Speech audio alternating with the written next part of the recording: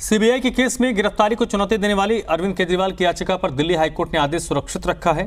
अंतरिम जमानत की मांग पर भी आदेश को सुरक्षित रखा गया है। केजरीवाल के जमानत की मांग पर कोर्ट 29 जुलाई को जिरह सुनेगा।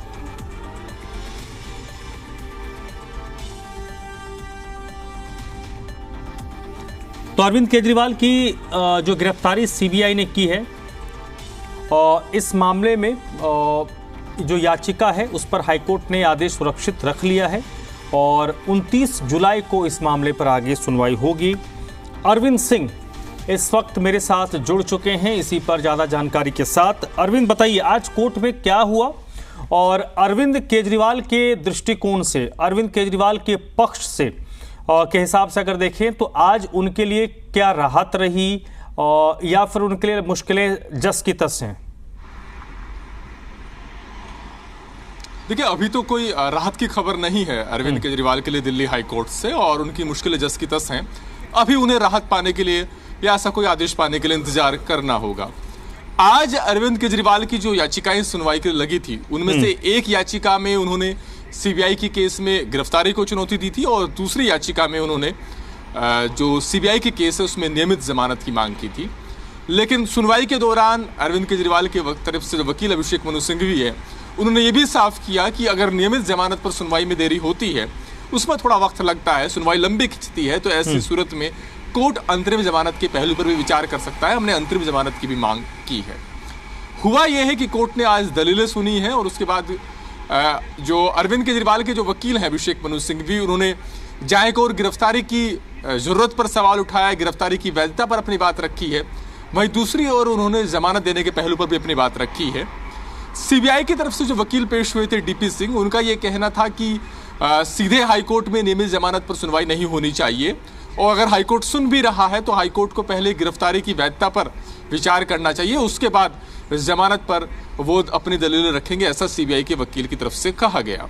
तो कोर्ट ने यह तय किया है, कोर्ट ने कि जो गिरफ्तारी की वैधता है कि गिरफ्तारी वैध है नहीं, इस बिंदु पर आदेश सुरक्षित रखा है। जज ने ये कहा है कि उन्हें 7 से 10 दिन लगेंगे अभी इस मामले में फैसला लेने में। इसका मतलब ये कि अगले 7 या 10 दिन के अंदर ये साफ हो सकता है कि सीबीआई के केस में अरविंद केजरीवाल की गिरफ्तारी पर कोर्ट का आदेश क्या रहेगा, ये साफ हो जाएगा।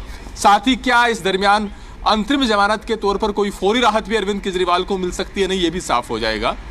29 जुलाई को जो अगली सुनवाई होगी उसमें कोर्ट नियमित जमानत के पहलू पर जो दोनों पक्षों की जिरह है उसको सुनेगा। अभी जिस स्टेज पर अरविंद केजरीवाल का केस है ये इसलिए अहम है क्योंकि ईडी की ओर से दर्ज मनी लॉन्ड्रिंग के केस में सुप्रीम कोर्ट से उनको अंतरिम जमानत मिल गई है और ये अंतरिम जमानत तब तक जारी रहेगी सुप्रीम कोर्ट के फैसले के मुताबिक जब तक कि बड़ी बेंच सुप्रीम कोर्ट की, जो कि ईडी के केस में गिरफ्तारी की वैधता पर सुनवाई करेगी, वो इसे खारिज ना कर दे। तो ऐसे में अगर अरविंद केजरीवाल आज की तारीख में जेल से बाहर नहीं आ पा रहे हैं तो सिर्फ इसलिए क्योंकि सीबीआई की ओर से दर्ज केस में भी वो न्यायिक हिरासत में है, इसलिए नहीं कि ईडी की ओर से दर्ज मनी लॉन्ड्रिंग का जो केस है उसमें नियमित जमानत का मामला भी हाईकोर्ट में पेंडिंग है। लेकिन चूंकि उस केस में अंतरिम जमानत सुप्रीम कोर्ट से मिल गई है तो ऐसे में अगर सीबीआई के केस में वो आरोपी नहीं होते, सीबीआई के केस में अगर वो न्यायिक हिरासत में नहीं होते तो उनके जेल से बाहर आने का रास्ता साफ हो जाता। तो ऐसे में अरविंद केजरीवाल जेल से बाहर आ पाएंगे या नहीं आ पाएंगे वो इस बात पर निर्भर करता है कि सीबीआई की ओर से दर्ज केस में कोई राहत उनके हिस्से में आती है नहीं। अगर गिरफ्तारी की वैधता पर भी फैसला उनके पक्ष में जाता है तब भी उनका जेल से बाहर आने का रास्ता साफ हो जाएगा। अगर अंतरिम जमानत मिलती है तब भी बाहर आने का रास्ता साफ हो जाएगा क्योंकि एक और ईडी के केस में सुप्रीम कोर्ट से अंतरिम जमानत मिली है, एक और हाई कोर्ट से भी अंतरिम जमानत मिल जाएगी।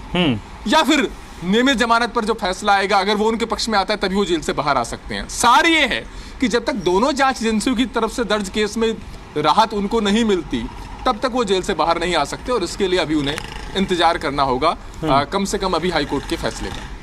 नहीं, इस पूरे मामले पर जो इससे पहले जो अरविंद ईडी के मामले पर भी उनको फुल फ्लेज जमानत नहीं है, उनको अंतरिम राहत ईडी वाले मामले में मिली है क्योंकि उसको अपर बेंच को भेजा गया है।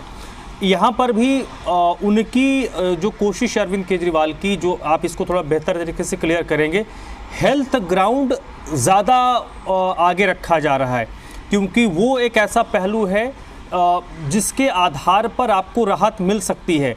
तो इस पूरे प्रोसीजर के दौरान जो जिरह अरविंद केजरीवाल के पक्ष की तरफ से किया गया क्या प्रोमिनेंटली केस को में जो मेरिट है उसको आगे रखा गया या हेल्थ कंसर्न को आगे रखा गया जिसके आधार पर बेल मांगा गया?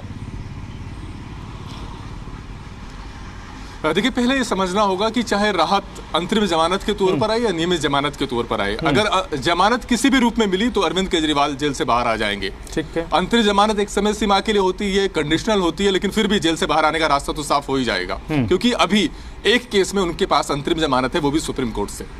दूसरी बात ये कि आज जो जीरें रखी गई है अरविंद केजरीवाल की तरफ से वकील अभिषेक मनु सिंघवी ने, उन्होंने केस की मेरिट पर ज्यादा बातें की, बल्कि लगभग सारी बातें उन्होंने केस की मेरिट पर ही की हैं। ओके। गिरफ्तारी की वैधता पर उन्होंने सवाल उठाया है, जमानत पर अपनी बात रखी है।